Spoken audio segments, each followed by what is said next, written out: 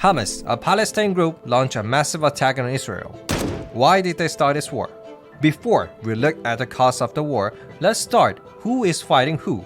First of all, Israel is fighting, and the other side is Palestine, but not whole Palestine. Why is that? Because the land of Palestine is very strangely formed. There are two pieces of land separated by the country of Israel.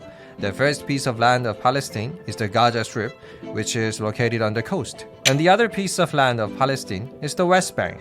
The West Bank is relatively larger than the Gaza.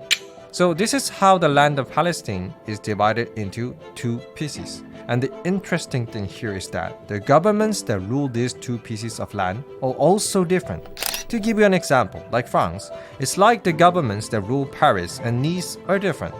How strange is that? Well, who rules the bigger piece of land in the West Bank? The Palestinian National Authority rules there. But the Gaza, this tiny piece of land, is not ruled by the Palestinian Authority, but by another group called Hamas. And there, right now, Hamas is attacking and fighting Israel. So in fact, Hamas in Gaza is at war, but the Palestinian Authority in the West Bank is almost a step behind in this war. So the ones who are on the fighting ring of war are Israel and Hamas today. Well, now that we know who is fighting who, I should also introduce how the war started.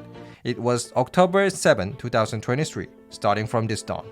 Hamas fired 2,500 rockets at Israel. You know, Israel has the famous Iron Dome, right? It's the kind of air defense system. But Hamas fired so many 2,500 rockets in almost an instant, Israel suffered a lot of damage in just one day. The first day alone, more than 600 Israelis died and thousands were injured in a terrible result. And it didn't end there. Hamas also infiltrated more than 300 armed men into Israel's mainland while launching these rocket attacks. So some of you may have seen the video. They came down with their paragliding and commit a lot of horrific massacres. They also took many Israeli hostages to Palestinian land. Of course, Israel immediately responded as soon as they were attacked. They also fired missiles and rockets at Hamas' Gaza Strip. So now most of the battles between Israel and Hamas are being carried out with missiles and bombings toward each other land. Now let's talk about today's most important story. Why did Hamas attack Israel? To tell you the conclusion, there are two big reasons. First, for a better life in Gaza. Second, because of Iran, a country in the Middle East. First of all, as I told you before, Gaza is a small piece of land. However, then 2 million Palestinians live in Gaza. It's a place with a very high population density. And even worse, the birth rate is as high as 4.7 people. So Gaza's population is constantly growing. The problem is that Gaza has no industrial base. There is no tourism business, resources, or technology. Nothing like that. 80% of Gaza operates on foreign aid, that is, donations. So if there is no foreign aid, Gaza has no choice but to self-destruct. Well, but Hamas, which rules Gaza, has a plan to make better place. That is, jihad. I mean, war. Hamas wanted to attack Israel and take their land with force. This is one reason. The second reason is, there were actually a more complicated reason that was announced recently. The reason why Hamas suddenly attacked Israel was because of Iran. There is a rumor or fact that Iran secretly helped Hamas attack to Israel. Of course, Iran does not admit we did not help and it was an attack carried out by Hamas free will. They said that. But many countries, including the United States, are pointing to Iran as the behind-the-scenes supporter of Hamas. Why is this analysis coming out? We all know Israel is located in the Middle East, but unlike other Middle Eastern countries, they don't believe in Islam, they believe in Judaism.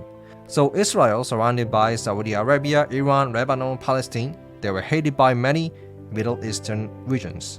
But recently, you know, Israel and Saudi Arabia took the first step to get along with each other. Originally, Saudi Arabia and Israel were not very good friends. They fought several wars. But recently, Saudi Arabia and Israel tried to hold hands. Let's get along better in the future and develop our economy together, like this. But Iran hated this as Saudi and Israel get along. If Saudi Arabia holds hands with Israel, it would be very uncomfortable for Iran. So Iran behind Hamas' back before Israel and Saudi Arabia got closer, they lured Hamas and made Hamas attack Israel.